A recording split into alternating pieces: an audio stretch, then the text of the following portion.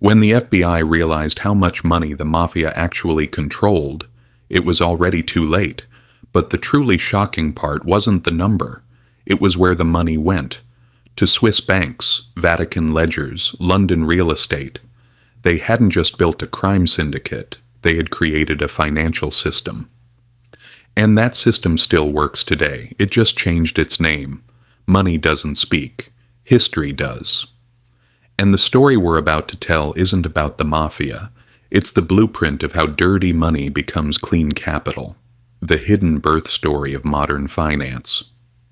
Every empire begins with the same question. If the state doesn't exist, who provides order?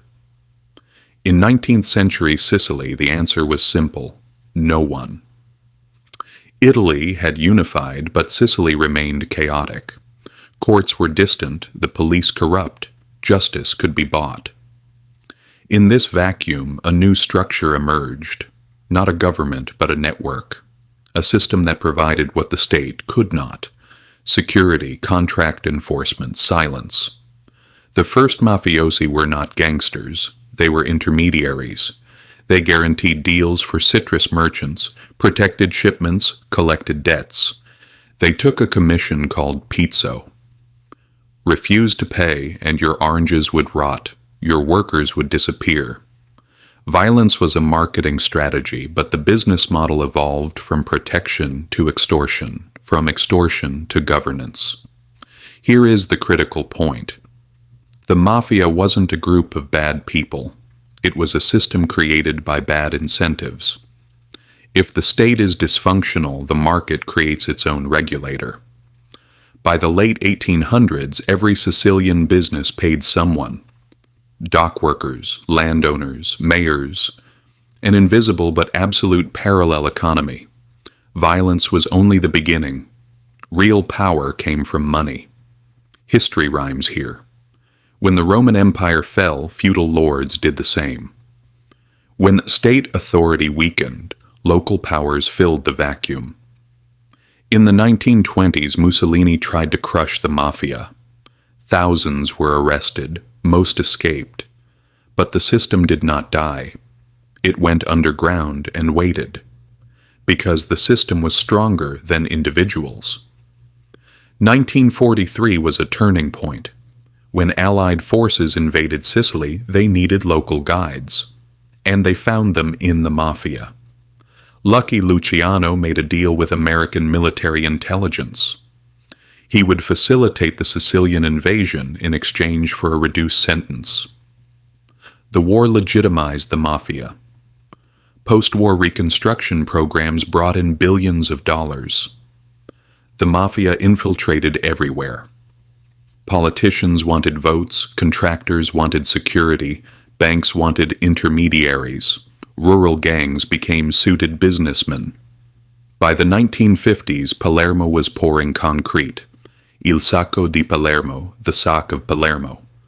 Public money flowed through mafia companies. While the world celebrated Italy's economic miracle, an underground capital network was being woven. Money doesn't speak, but flow does. And in the 1960s, the flow turned to heroin.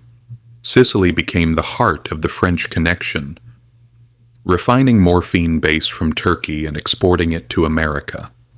Hundreds of millions were made, but cash had a problem. It couldn't be hidden, spent, or traced. Solution: financial invisibility. Swiss banks, Luxembourg trusts, Panamanian shell companies.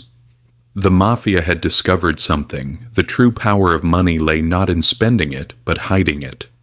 The 1970s were the peak. The Mafia worked not just with politicians, but with bankers. Banco Ambrosiano, Italy's largest private bank, was linked to the Vatican Bank.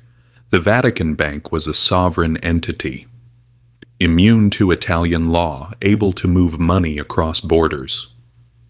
Roberto Calvi, the God's banker, moved billions through Panama, Luxembourg, and the Bahamas.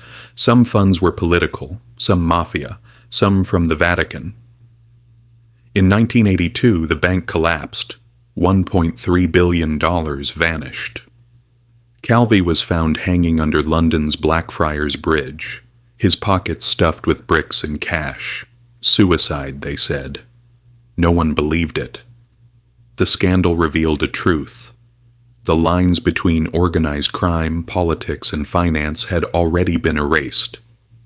The Vatican quietly paid restitution, but denied guilt. The system survived, because the system was bigger than individuals. In the 1980s, bombings, judge assassinations, and clan wars drew attention. Bad PR. The new generation, the white-collar mafia, replaced guns with balance sheets. They invested in the stock market, real estate, global trade. By the 1990s, organized crime generated $100 billion annually, 7% of Italy's GDP. Untaxed, unregulated. Italy's largest company. Not just legal. History rhymes again. As authorities crack down, money moves elsewhere. London, Switzerland, the Caribbean. Every restriction taught the mafia to move faster. Shell companies, proxy owners, layered transfers. By the 2000s, the mafia's wealth was so deep that economists could no longer separate the clean economy from the dirty. Sicilian Mafia, Calabria's 'Ndrangheta, Naples, Camorra, all used the same method. Global market investments, luxury property, shares in legitimate companies. Local crime became multinational capital.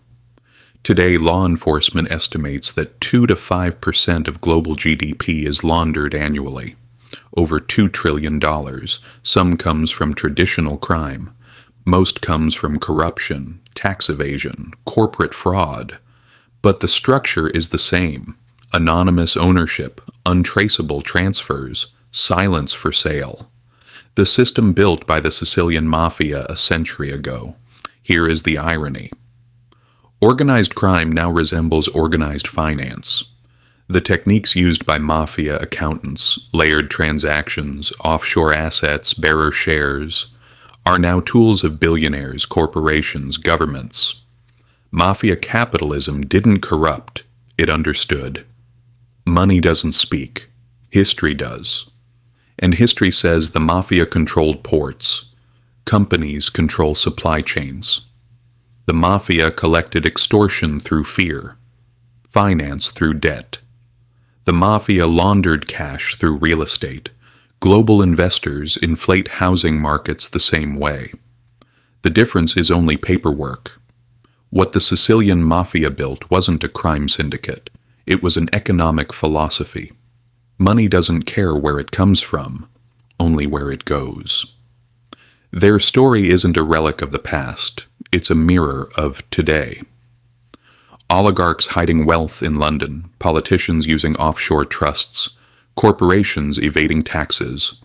They all use the network the mafia designed. Names changed, the system remained. Even the Vatican still struggles. In 2020, hundreds of millions of church funds were still invested offshore and in luxury real estate. The ghosts of Banco Ambrosiano echo. The mafia went silent. The bloodshed ended. Real dons wear suits, sit on boards.